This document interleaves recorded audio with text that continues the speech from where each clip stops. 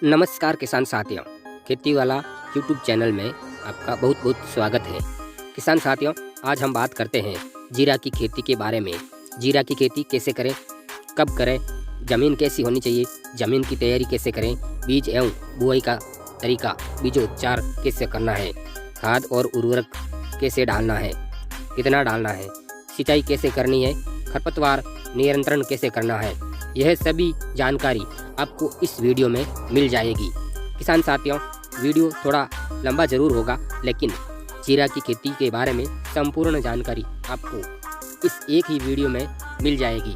आपको दूसरा वीडियो देखने की ज़रूरत नहीं पड़ेगी, आपको दूसरे वीडियो में टाइम ख़राब नहीं करना पड़ेगा। तो चलिए किसान साथियों, अब हम बात करते हैं जीरा की फसल की। तो यह फसल मुख्यतः भारत के गुजरात और राजस्थान में होती है। 80% से अधिक यह दोनों राज्यों में बम्पर पैदावार जीरे की फसल देने में सक्षम है। हम बात करते हैं वर्तमान में हम जीरा की फसल का उपज और ज़्यादा कैसे बढ़ाएं, जिसे हमारे बताए गए वैज्ञानिक तरीकों से जीरे की खेती करके 50% तक ज़्यादा उत्पादन बढ़ाया जा सकता है। अब हम बात करते हैं ज़मीन और उसकी तैयारी कैसे करें। जीरा की फसल के लिए ब्लू दोमट और दोमट मिट्टी जीरा की फसल के लिए बहुत अच्छी होती है। खेत में जल निकास होना बहुत ज़रूरी है, जिससे ज़्यादा पानी भरने पर जीरे की फसल से पानी को बाहर निकाला जा सके। जीरा की फसल के लिए सबसे पहले ट्रैक्टर की मदद से मिट्टी को गहराई से पलटने के लिए तवी या प्लाव निकालना चाहिए। उसके बाद हमें ट्रैक्टर की मदद से हेरो निकालना चाहिए, जिससे खेत में बड़े बड़े ढले पड़े हैं वो ढले बिखर जाएंगे, जिससे हमारी ज़मीन बुरबुरी हो जाए। खेत में अगर ज़्यादा ढले पड़े हैं तो हमें बड़ा लंबा पत्थर या पाटा लगाकर बड़े ढेले को बिखेर देना चाहिए।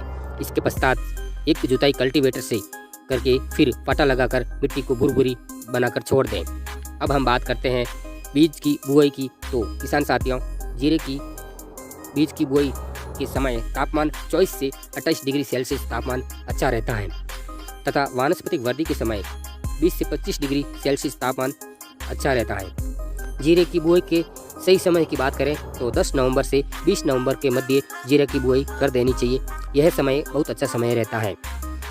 जीरा की बुआई अधिकतर किसान साथी हाथ से छिड़काव विधि द्वारा करते हैं, लेकिन कल्टीवेटर से 30 सेंटीमीटर के अंतराल पर पंक्तियां बनाकर उसमें बुआई करना बहुत अच्छा रहता है। 1 हेक्टेयर में 12 किलोग्राम बीज जीरा का पर्याप्त होता है छिड़कने के लिए। ध्यान रहे, जीरा का बीज 1.5 सेंटीमीटर से ज़्यादा गहरा जमीन में न बोएं। अगर आप हाथ से जीरा का बीज छिड़काव कर रहे हैं तो आप ट्रैक्टर की मदद से हल्का सा कल्टीवेटर चला लें, जिससे जीरा का बीज ज़मीन में मिक्स हो जाए। अब हम बात करते हैं बीज की उपचार की। तो किसान साथियों, जीरे का बीज उपचार करना हमारे लिए बहुत फ़ायदेमंद होता है, इसलिए जीरे का बीज उपचार करना बहुत ज़रूरी है। बीज बोने से पहले हमें जीरे के बीज को 2 ग्राम कार्बेंडाजिम या फिर 4 ग्राम ट्राइकोडर्मा विरिडी या 7.5 ग्राम इमिडाक्लोप्रिड 70% घुलनशील चूर्ण प्रति किलो बीज की दर से अच्छा उपचार करना चाहिए। फिर बाद में जीरे की बुआई करनी चाहिए। अब हम बात करते हैं जीरा की फसल में खाद और उर्वरक की। तो किसान साथियों, जीरा की फसल में खाद और उर्वरक हमारी ज़मीन की जांच कराने के बाद ही हमें खाद और उर्वरक की मात्रा बढ़ानी चाहिए या देनी चाहिए। सामान्य रूप से खाद और उर्वरक की बात करें तो हमें जीरे की फसल में बुआई करने से पहले 7 टन गोबर या कंपोस्ट खाद अंतिम जुताई के समय खेत में डालकर कल्टीवेटर की मदद से अच्छी तरह मिक्स कर लें प्रति हेक्टेयर की दर से। बुआई के समय 65 kilogram DAP, 9 kilogram urea, 30 kilogram muriate of potash और 10 किलोग्राम जिंक प्रति हेक्टेयर की दर से अच्छी तरह मिलाकर खेत में छिड़क देना चाहिए। बुआई के 30 से 35 दिन बाद सिंचाई के साथ 33 किलोग्राम यूरिया प्रति हेक्टेयर की दर से छिड़काव कर देना चाहिए। किसान साथियों, अब हम सिंचाई की बात करते हैं। तो जीरे में बुआई के तुरंत पश्चात हल्की सिंचाई कर देनी चाहिए।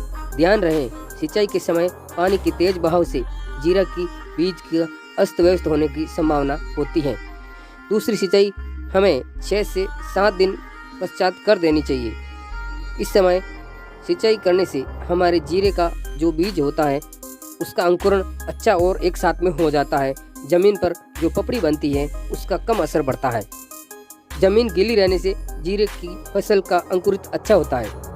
इसके बाद अगर सिंचाई की आवश्यकता हो तो इसके पश्चात हल्की सिंचाई 6 से 7 दिन बाद हल्की सिंचाई कर देनी चाहिए। अन्यथा 20 दिन के बाद ही दाना बनने तक 3 सिंचाई और करनी चाहिए। किसान भाइयों ध्यान रहे, जीरा का दाना पकने के समय जीरा की फसल में सिंचाई न करें, अन्यथा बीज का वजन हल्का बन जाता है, जीरे की बीज की गुणवत्ता भी कम हो जाती है। किसान साथियों विशेष तौर पर जीरे की फसल में सिंचाई आवश्यकता अनुसार ही करें। अगर आप फुहारा विधि से सिंचाई करते हैं तो यह अति उत्तम है। अब हम बात करते हैं खरपतवार और नियंत्रण की। तो किसान साथियों जीरे में खरपतवार नियंत्रण के लिए हमें बुआई के समय पहली सिंचाई में पेंडिमेथालिन नामक खरपतवार नाशक दवाई का छिड़काव कर सकते हैं या पानी में घोलकर मशीन से आप स्प्रिंकलर फुहारे में पाइपलाइन में दे सकते हैं।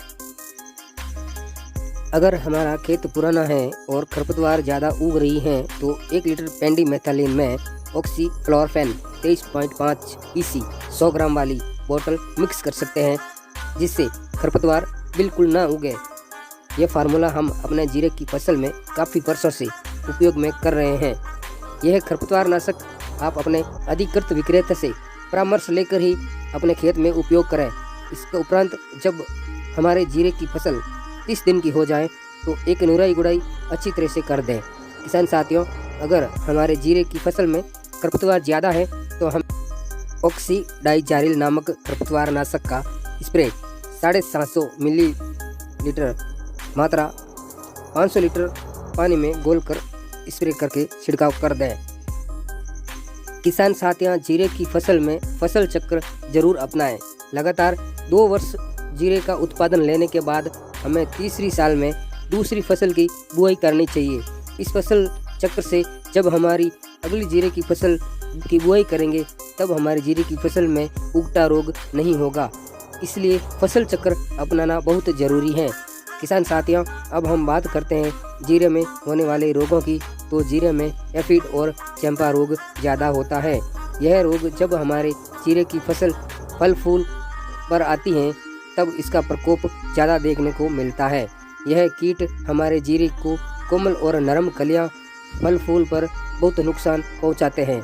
इस कीटों से बचने के लिए हमें इमिडाक्लोपरिड 17.8 SL की मात्रा 250 मिलीलीटर या फिर थायोमिथोमैक्सम 25% WG घुलनशील चूर्ण 100 ग्राम प्रति हेक्टेयर की दर से या फिर एसीफेट 750 ग्राम प्रति हेक्टेयर की दर से 500 लीटर पानी में घोलकर स्प्रे करना चाहिए।